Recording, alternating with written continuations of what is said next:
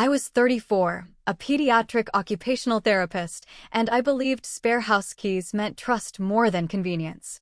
Mine hung on a blue ribbon beside the front door, polished every Sunday out of habit. My brother Ethan's children loved touching it before they ran inside, like it was part of arriving safely. On Thursday, September 18th, that little ritual almost survived another ordinary evening.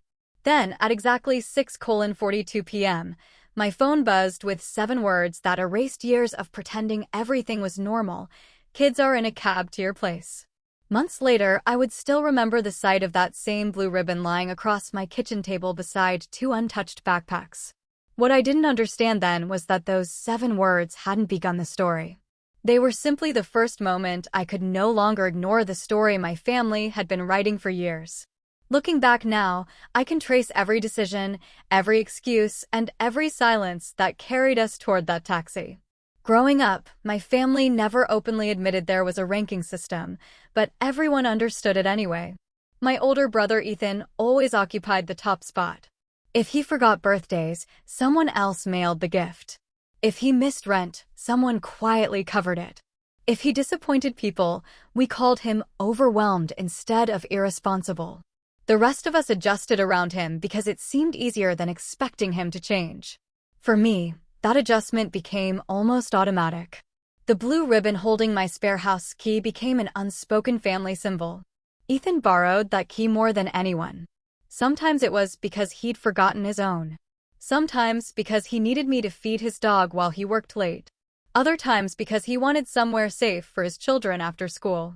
Every time he returned it, he smiled as though borrowing pieces of my life was perfectly ordinary.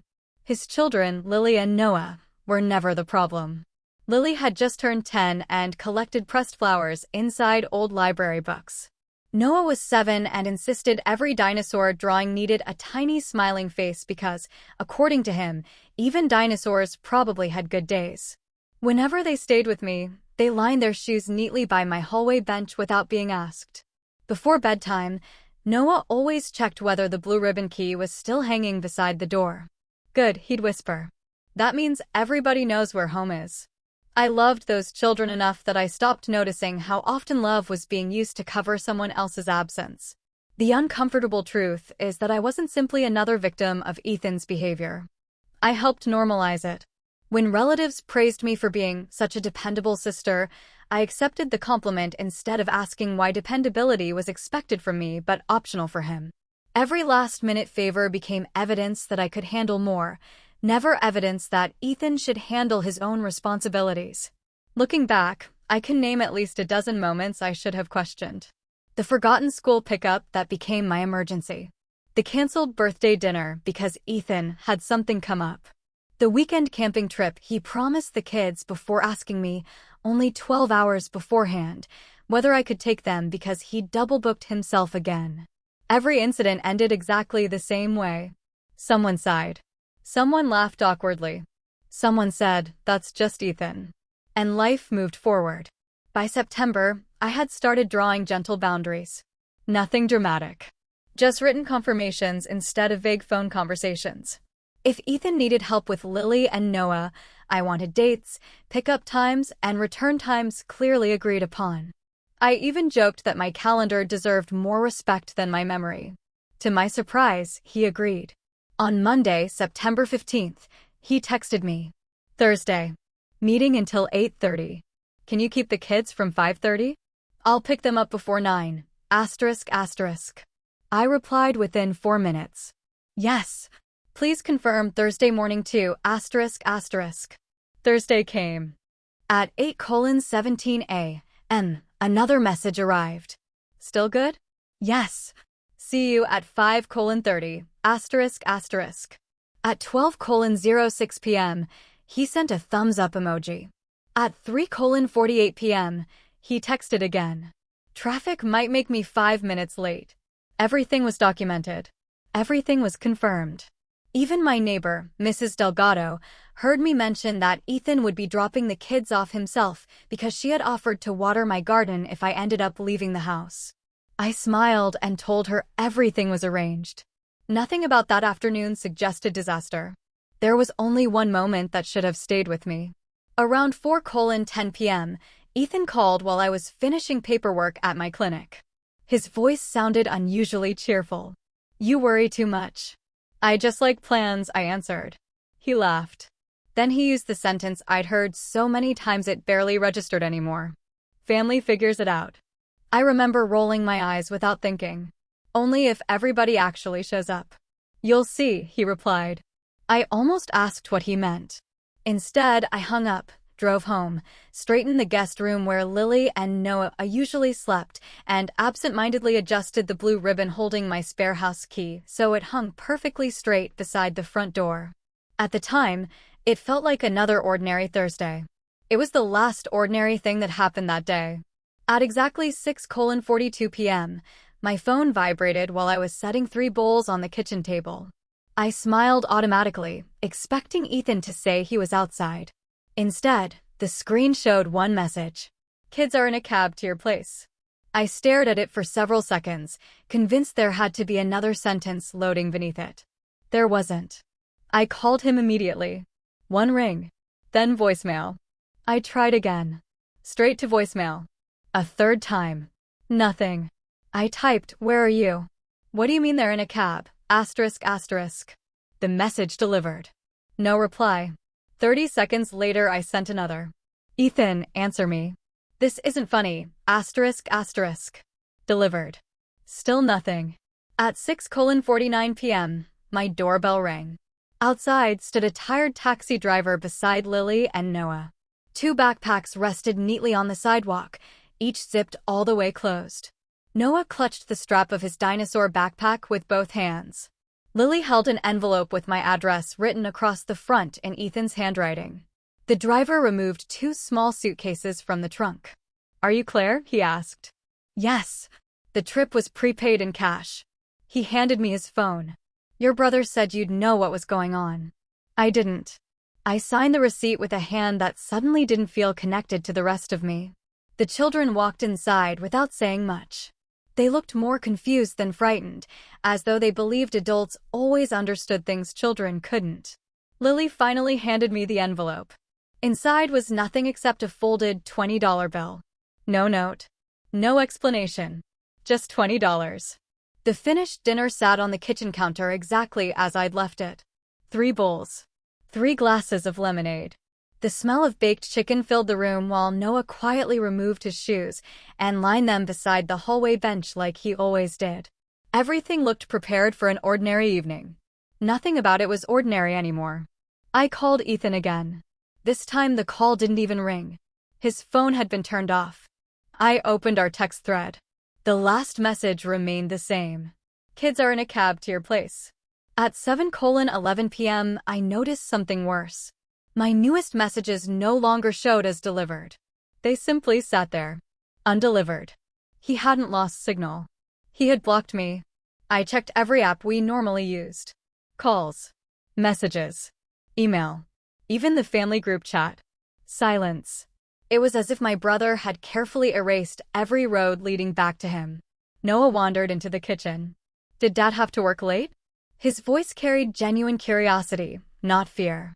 I'm trying to find out." He nodded once. "Okay." Then he opened the refrigerator and asked whether the strawberries were still for dessert. That simple question nearly broke me. Children have a remarkable ability to trust the adult standing in front of them, even when that adult has no idea what comes next. During dinner, Lily barely touched her food. Finally, she looked across the table. "I'm sorry." I frowned. "For what?" She lowered her eyes. "Dad said this was a really big favor." There was no anger in her voice. Only embarrassment. As though existing had become something she needed to apologize for. That hurt far more than if she'd cried. I reached across the table and squeezed her hand. "You never apologize for coming here." She nodded politely, but I could tell she didn't believe me completely. After they went upstairs to unpack, memories began arriving faster than I could stop them. The school concert Ethan missed because his fishing trip ran long. The soccer registration fee I quietly paid after he forgot the deadline. The Christmas morning when he slept until noon while everyone else pretended not to notice. Each memory had seemed too small to challenge on its own. Together they formed a pattern I'd spent years refusing to name. I kept telling myself he was overwhelmed, busy, distracted. But people who are merely overwhelmed don't place their children alone in a taxi with a prepaid fare and disappear. Standing alone in my kitchen, I finally admitted something that made me almost as ashamed as I was angry. This hadn't happened because I was always dependable. It had happened because everyone, including me, had spent years teaching Ethan there would always be someone waiting underneath him before he hit the ground. I wasn't only the person he'd betrayed. I had helped build the safety net that allowed him to believe abandoning responsibility was simply another family arrangement. Around 8:25 p.m., I called my mother. She listened quietly before sighing. "I'm sure there's an explanation. There needs to be one. Claire, don't make this into something bigger than it is." I looked toward the staircase where 2 children were brushing their teeth in my guest bathroom because their father had vanished. It was already bigger than anyone wanted to admit. After I hung up with my mother, I called my Aunt Denise. She had always described herself as the practical one in the family, the person who could see both sides. I hoped that, just this once, she would hear what I was actually saying instead of translating it into another excuse for Ethan. She listened quietly while I explained the text message, the taxi, the blocked phone, and the children sleeping upstairs. When I finished, she was silent for a few seconds. Then she sighed. "Claire, don't make it a thing." I closed my eyes. A thing? He probably panicked. You know how Ethan is. If everyone stays calm, he'll come back. I looked at the blue ribbon hanging beside my front door. 2 children were dropped at my house by themselves. They weren't by themselves for long. I thanked her for her time and ended the call before frustration could make me say something I'd regret. For the next 20 minutes, I sat at my kitchen table staring at my phone. It stayed perfectly still. At 9:18 p.m., my friend Maya called after seeing several missed calls from me. Unlike everyone else, she didn't interrupt. She let me tell the story from beginning to end. When I finished, she asked only one question. "Are the kids safe?" "Yes." "Good." Another pause. Then she said the sentence I think I needed more than any advice. "Claire, you are not abandoning those children by refusing to keep rescuing their father." I felt something loosen inside me. Not relief. Permission. Permission to stop confusing endless sacrifice with love. The next morning, after making pancakes for Lily and Noah and getting them settled with coloring books at my dining table, I tried one last time to solve the situation without making it larger than it already was. At 8:42 a.m., I sent Ethan an email because every other form of contact remained blocked. I kept it simple. "The children are safe. Please contact me by noon so we can arrange for you to pick them up. If something serious has happened, tell me where you are and what you need. I'll help. ***. No blame. No accusations. No guilt. Just an open door." I waited. At 11:57 a.m., a reply appeared. It contained only one sentence. "Family figures it out." Nothing else. No explanation. No apology. No indication of when he intended to see his own children again. I stared at the screen for nearly a minute before realizing what had finally become undeniable. To Ethan, family wasn't something you belonged to. It was something you used. The message wasn't asking for help. It was assigning responsibility. That was the moment everything inside me shifted. For years, I'd been trying to earn a better place inside a system that rewarded irresponsibility and called it compassion. I suddenly understood there was no better place waiting for me there. The system itself was broken. I wasn't going to fight for a seat at that table anymore. I was going to build a different one. And strangely, I wasn't doing it to punish Ethan. When I set 4 plates on my dining table that evening instead of 3, I still left room for him. Not because I expected him to arrive. Because I wanted Lily and Noah to know that keeping a place for someone is an act of hope, not permission for them to keep hurting you. That realization became the quiet sentence I carried with me afterward. Sometimes the kindest boundary isn't closing the door, it's refusing to carry someone through it. The following Monday, after speaking with a family attorney and a social worker, I knew pretending nothing had happened was no longer an option. Before informing the rest of the family, I opened my phone and wrote the message I'd wanted to send since Thursday night. The first draft was nothing but anger. "You abandoned your own children. Don't ever ask me to cover for you again. Asterisk, asterisk." I read it once. Then I deleted every word. The second draft was colder. "I'm done cleaning up your messes. If you think you'll walk back into their lives whenever it's convenient, you're wrong. Asterisk, asterisk." That disappeared too. Both messages would have felt satisfying for about 30 seconds. Neither one would have protected the children. So I started over. The version I finally sent at 9:14 a.m. was only 4 sentences. "Lily and Noah are safe. Since I haven't been able to reach you, I've spoken with the proper authorities so they know the children are being cared for. When you're ready to act like their father again, you can begin by contacting them and arranging the next legal steps. Until then, my priority is the kids. Asterisk, asterisk." I press send. An hour later, one reply appeared from an unfamiliar email address. "Do what you want." That was it. No anger. No panic. Just a sentence so small it somehow revealed how little room his children occupied in his thinking. The weeks that followed were nothing like I'd imagined. There was paperwork, interviews, temporary guardianship forms, school meetings, and countless small routines that slowly transformed my house into a place that felt steady instead of temporary. Lily picked out a hook for her backpack beside the front door. Noah insisted on watering the tomato plants every Saturday morning because, according to him, plants like people who show up. The blue ribbon with the brass house key remained exactly where it had always been.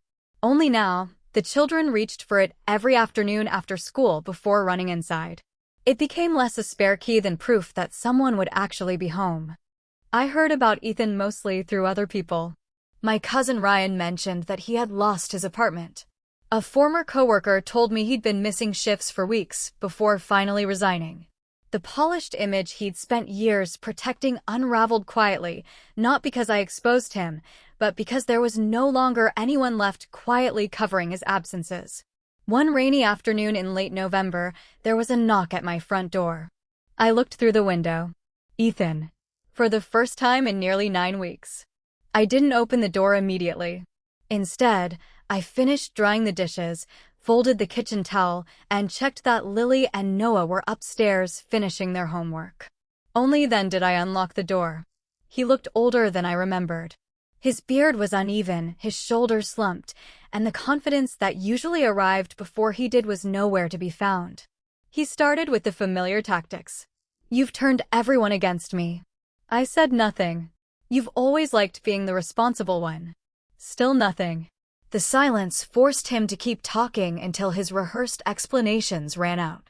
Finally, his voice became quieter. "Do they still want me?" It was the first honest question I'd heard from him in years. I answered just as honestly. "This isn't about whether I forgive you." He looked down. "If you want another chance, it starts with Lily and Noah. Not with me. They don't need promises anymore. They need proof." He nodded. For the first time, he didn't argue. I invited him inside, but not into the living room. The children deserved to decide whether they were ready. They came downstairs a few minutes later.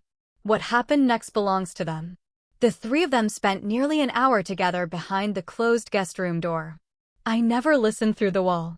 Later, Lily simply hugged me longer than usual, and Noah asked whether his dad could come to one of his school science nights if he really means it this time. That was enough for me to understand the conversation had mattered. 8 months later, our Sundays looked completely different. Instead of waiting for last-minute phone calls or canceled plans, we cooked dinner together every week at exactly 5:00 p.m. Before anyone sat down, Noah performed the ritual he'd invented himself. He would take the brass house key hanging from its faded blue ribbon, hold it up for everyone to see, smile, and hang it carefully back on the hook. "Home first," he always said. No one laughed anymore. Ethan came most Sundays. Sometimes he arrived early just to help peel potatoes or wash dishes without being asked. He stopped expecting special treatment because no one offered it anymore. He wasn't punished, but he wasn't placed above anyone else either. One afternoon, before leaving, he quietly removed the spare house key I'd once given him from his jacket pocket and placed it on the hallway table. "I don't need to borrow this anymore," he said. He didn't ask for praise. He simply handed it back. Months later, Lily joined her school's art club and proudly displayed pressed flowers inside handmade frames instead of old library books. Noah built a model taxi for the science fair, not because he wanted to remember the night everything fell apart, but because he wanted to show how one ride had carried him somewhere safer than he expected. Looking back now, I don't think the taxi changed our family. It simply arrived at the exact address where the truth could no longer be delivered to someone else. A taxi carried 2 children 14 miles to my home at 6:42 p.m., and a blue ribbon held one brass key through every difficult day that followed. In the end, I learned that love can open a door, but only responsibility deserves the key.